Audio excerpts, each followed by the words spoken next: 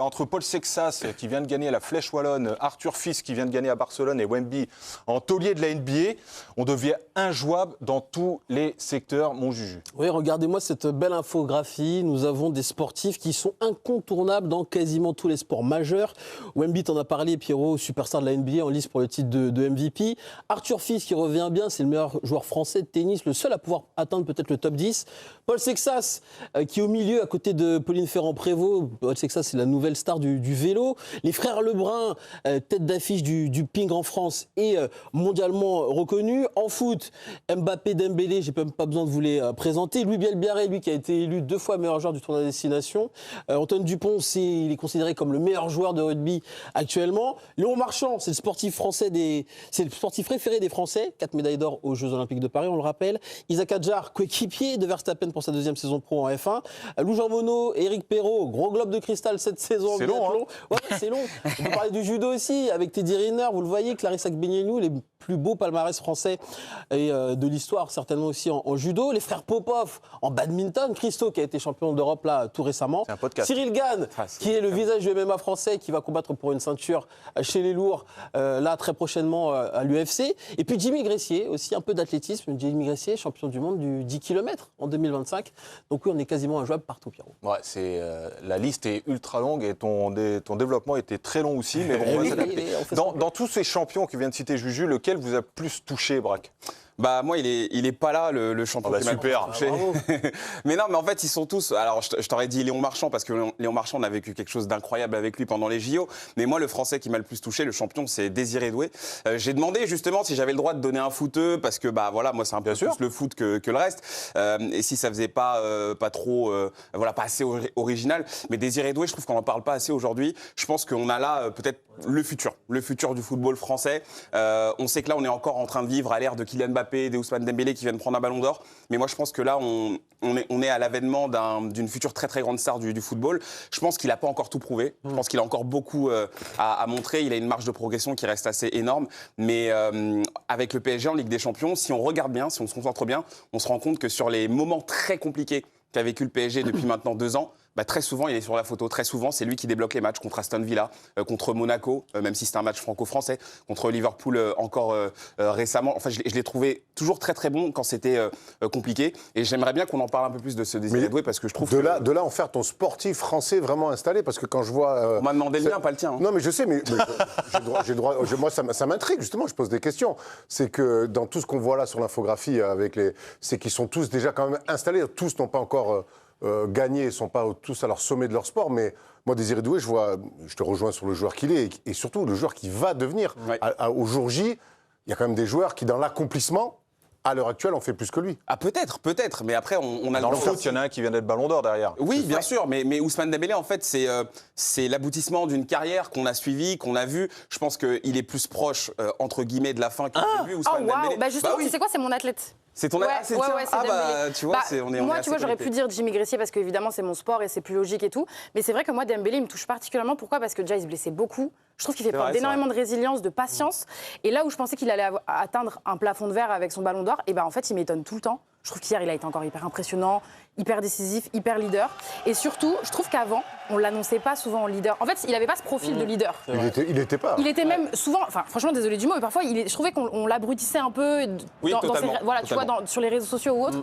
Et là, je trouve que vraiment, il a cette position de leader, même dans ses célébrations.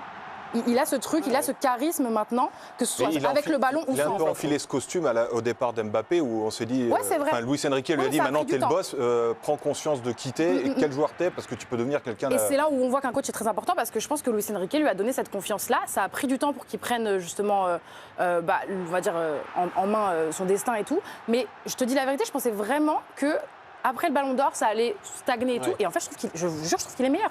Arwan, toi, c'est aussi un footballeur ou pas du tout ? Non, c'est pas un footballeur, mais l'histoire de Dembélé est extraordinaire. Déjà un Français qui est ballon d'or. Bah oui. À partir de là, déjà, tu es au panthéon du sport français, quoi qu'il arrive. On ne s'attendait pas à ce qu'il arrive à ce niveau-là. Exactement. Et là, il y a l'effet quand même surprise à Barcelone. Tu dis qu'on l'infantilise un petit peu, tu as raison, mais il a donné le bâton pour se faire battre. Oui, c'est vrai. Arrive en retard aux entraînements. On avait les infos comme quoi il jouait à la play toute la nuit. Bon, effectivement, c'est pas un mec sur qui on a envie de s'identifier. Aujourd'hui, Dembélé, c'est plus du tout ça. Et ton champion ? Ah, d'accord.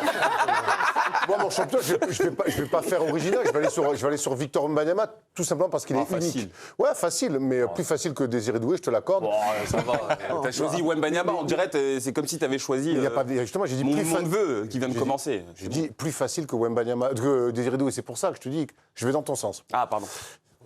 Et donc Victor, parce que Victor, honnêtement, c'est déjà il y a à l'échelle nationale ce qui représente, et puis à l'échelle internationale. Honnêtement, pour moi, quand il y a un domaine international, aux États-Unis notamment, et que tu domines les Américains chez eux, il y a toujours quelque chose, pour moi, il y a une patte un peu différente. Ça dépasse, il dépasse pour moi complètement le cadre de son sport. C'est une star internationale. C'est presque une star de cinéma, Victor. Et pour le coup, on assiste qu'au début. Donc ce grand mec de 2,20, où normalement les mecs de 2,20, maintenant tu fais, ah ouais, ils sont trop forts, mais je m'identifie pas. Les gens s'identifient à Victor malgré tout, parce qu'il fait des trucs de petits, et que je pense qu'on a vu que le quart de ce qu'il a fait. Il est vice-champion olympique, mais il n'est pas encore champion NBA, il n'est pas encore champion olympique, il n'est pas encore champion du monde. Donc tout reste à faire, mais c'est vrai que Victor, moi, c'est ce qui me parle parce que c'est mon sport, et en plus de son histoire de l'avoir vu petit à petit arriver là où il est, pour être aujourd'hui deuxième ou troisième MVP, ou peut-être MVP même, donc voilà. Mais là, on parle de certains joueurs, certains athlètes. On n'arrête pas de dire un petit peu, et on est tous d'accord là-dessus, sur le fait que la France n'est pas forcément un pays de sport par rapport au tout ce qu'il y a autour, financier, dans les structures. Mais quand on regarde l'affiche, en fait, on se dit, mais pourquoi ça arrive, ça ? Alors, tu ouvres un débat qu'on a souvent eu avec Héloïse. Disons que j'ai un podcast sur le sujet. Exactement, elle a un podcast sur le sujet. C'est que je pense que la France n'est pas un pays de sport pour accompagner dans les sportifs, dans les structures, à offrir aux sportifs. Par contre, la France est un vivier de grands sportifs. Et pour moi, c'est deux choses assez différentes. C'est clairement quelque chose de différent. Je pense qu'on est une terre de champions. Là-dessus, il n'y a aucun doute. De toute façon, il n'y a qu'à voir l'écran derrière toi, en fait. Il n'y a pas de doute là-dessus. Il y a zéro débat. Je pense qu'actuellement, on est un des pays, voire le pays qui pourvoit le plus de talents aujourd'hui. Sauf que quand tu regardes aujourd'hui le classement des pays les plus sportifs, on est loin derrière, en fait. Quand je dis loin derrière, c'est qu'on n'est pas sur le podium. Tu vois. Et pour le coup, je suis assez d'accord avec Erwan sur le fait de dire que, OK, on a des terres de champions, mais qu'est-ce qu'on donne à ces champions ? Est-ce qu'on leur donne la possibilité de réussir ? Là, sur ce tableau-là, je pense qu'on voit aussi beaucoup d'athlètes qui sont professionnels, mais il y a aussi beaucoup d'athlètes qui ne sont pas pros. Je vois Clarissa Agbenienou, par exemple, qui font des sports qui sont des sports olympiques, donc qui ne sont pas dits comme professionnels. Donc ils ont besoin d'aide, ils ont besoin de plein de choses comme ça. Et aujourd'hui, tellement d'athlètes de haut niveau doivent travailler à côté pour continuer leur activité, moi ça me semble aberrant. Alors c'est vrai que oui, quand je parlais de Dembélé, alors là c'est plus du tout un souci, ou même les frères Lebrun aujourd'hui, ils ont réussi à capitaliser sur leur fraternité, sur leur niveau et sur plein de choses comme ça. Mais malheureusement aujourd'hui, la France ne met pas les moyens pour continuer à entretenir des athlètes comme ça. Mais là, je comprends totalement ce que tu dis, mais on se rend compte, moi j'ai mon idée par rapport à ça, mais est-ce que tu trouves que... C'est quoi ton idée par rapport à ça ? Non, mais je trouve que là on arrive dans une nouvelle génération et des nouveaux jeunes, en fait, Wemby en fait partie, Paul Cessas en fait partie, Désiré Doué en fait partie. Je pense que, je ne sais pas si c'est Kylian Mbappé qui a fait ça, mais je trouve qu'on a débloqué une espèce de fausse humilité où on avait peur d'afficher nos ambitions, et même si on était à la hauteur, se mettre un peu en retrait, ne pas s'estimer favori. Je trouve que la nouvelle génération qui arrive derrière, là, ils ont envie de tout péter, quoi, en fait. Ils ont pas et c'est pas dans notre ADN. En fait, ce qui est cool, c'est que quand on regarde tous ces champions, j'ai l'impression quand même qu'ils ont ouvert la voie à l'excellence. Il y a peut-être une période où on était peut-être un petit peu pas fiers d'être français dans le sport, mais en tout cas, on avait peut-être l'impression qu'on n'avait pas le niveau, tout simplement. Et aujourd'hui, c'est vrai qu'en voyant des Kylian Mbappé, en voyant ce que Teddy Riner a pu faire pendant tant d'années, en voyant des champions qui émergent, en voyant un Léon Marchand qui arrive et qui pète tout très rapidement, forcément, ça ouvre la voie et ça donne l'impression qu'aujourd'hui, tout est possible, qu'on a encore plus ce sentiment de c'est pas juste être français, c'est juste qu'on peut aller chercher très très grand sans sourciller. Et moi je pense que ça a beaucoup changé la donne aujourd'hui. J'ai une question pour toi, Braque, et pour tout le monde, c'est que tout ce qu'on voit là, c'est reste des phénomènes. Ouais, c'est vrai. Ça reste des phénomènes, des mecs qui intrinsèquement ont un talent hors norme. Mais est-ce qu'en France, on a une vraie culture pour entraîner, pour développer des grands champions? Et là, je me retourne vers toi, Louise, qui est dans l'athlète. Au foot, oui. Au foot, il y a beaucoup d'entraîneurs à l'étranger? Non, pas d'entraîneurs, mais on vient piocher chez nous.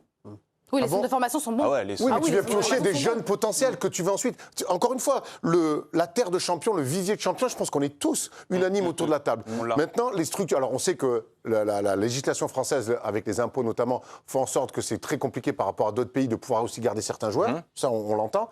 Mais comment on explique que autant de joueurs jeunes partent s'entraîner à l'étranger? Léon Marchand, on est là, ouais, génial. Léon Marchand, il est parti à la fac aux États-Unis. Il y a beaucoup de jeunes basketteurs aujourd'hui qui tracent à la fac aux États-Unis. Je pense qu'il y a beaucoup de talent. Je pense qu'il y a énormément de talent en France, voire je pense qu'on est les meilleurs à ce sujet-là. Par contre, dans la transition de pépite talent à je deviens le plus grand champion de tous les temps de mon sport, et ben nous en France on a du mal à transformer l'essai, sauf quand c'est des pépites comme Wemby, comme les frères Lebrun. En fait, ils sont déjà une part d'intelligence et d'éducation de personnalité de la personne. Exactement. Là, je te parle vraiment de pépites. Là, les personnes que vous avez mis là derrière ton écran, mais c'est des pépites. C'est moi que tu vous vois là? Non, vous, l'équipe de choc. Ah, c'est nous du coup maintenant. Ok, c'est vrai, t'as raison. Non, mais tu vois, je trouve que c'est vraiment les pépites et donc du coup, c'était entre guillemets obligatoire qu'ils transforment l'essai. Mais par contre, il y en a aussi beaucoup qui aujourd'hui sont face à ok, j'ai un super niveau, mais en fait, à un moment donné, il va falloir que je mange. Et donc, du coup, j'arrête, en fait.